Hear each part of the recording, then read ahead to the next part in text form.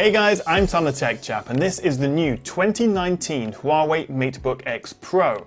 This is their flagship laptop, but they've also launched new MateBook 13 and 14 laptops, which are very similar but offer slightly different specs and should be a little bit more affordable. But as you can see, the X Pro is basically identical to last year's model in terms of design.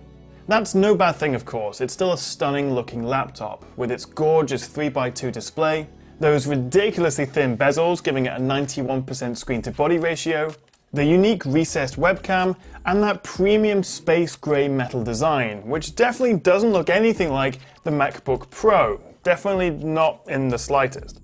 So if the design and the display are the same as last year, then you guessed it, this is a spec bump year. With new Intel Whiskey Lake U processors up to the quad-core i7-8565U, which is, wait for it, a whole 10% faster than last year. So that's good.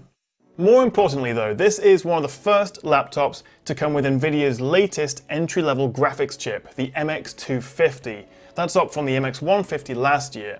Huawei say this is 3.5 times faster than Intel's integrated UHD 620 graphics chip, which is pretty awesome, but they don't go as far as to say what kind of speed boost we'd see coming from the MX150.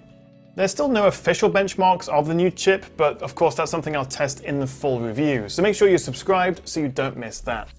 While the MX250 should be a nice graphics upgrade, if you do need some more serious graphical horsepower, you can always hook up an external graphics card, up to an RTX 2080 via that Thunderbolt 3 port, although the U-series processor will likely bottleneck it a bit. They have also improved the cooling system on the MateBook. We now get the Shark Fin 2.0 fans, which are apparently 20% more efficient. So hopefully the new MateBook will be quieter when under load, as the current one can get quite noisy.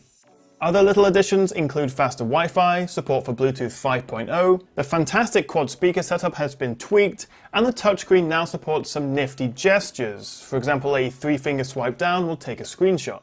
But one thing Huawei were keen to show off is the new One Hop feature.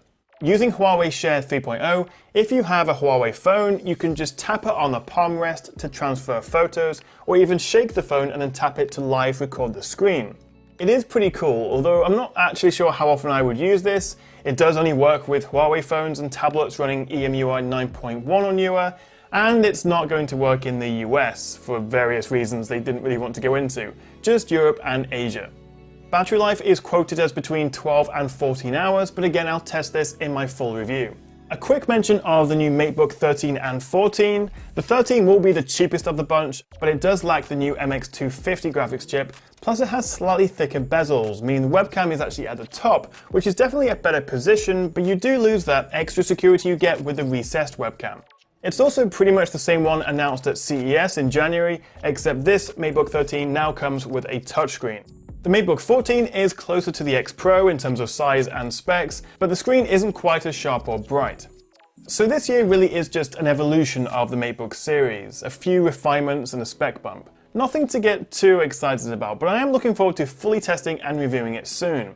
I'll update the description with prices and availability when they're confirmed, but expect the X Pro to start from around £1,300 and top out at about £1,700, so definitely premium prices. The MateBook 13 will be coming out first, followed by the 14 and the X Pro in April.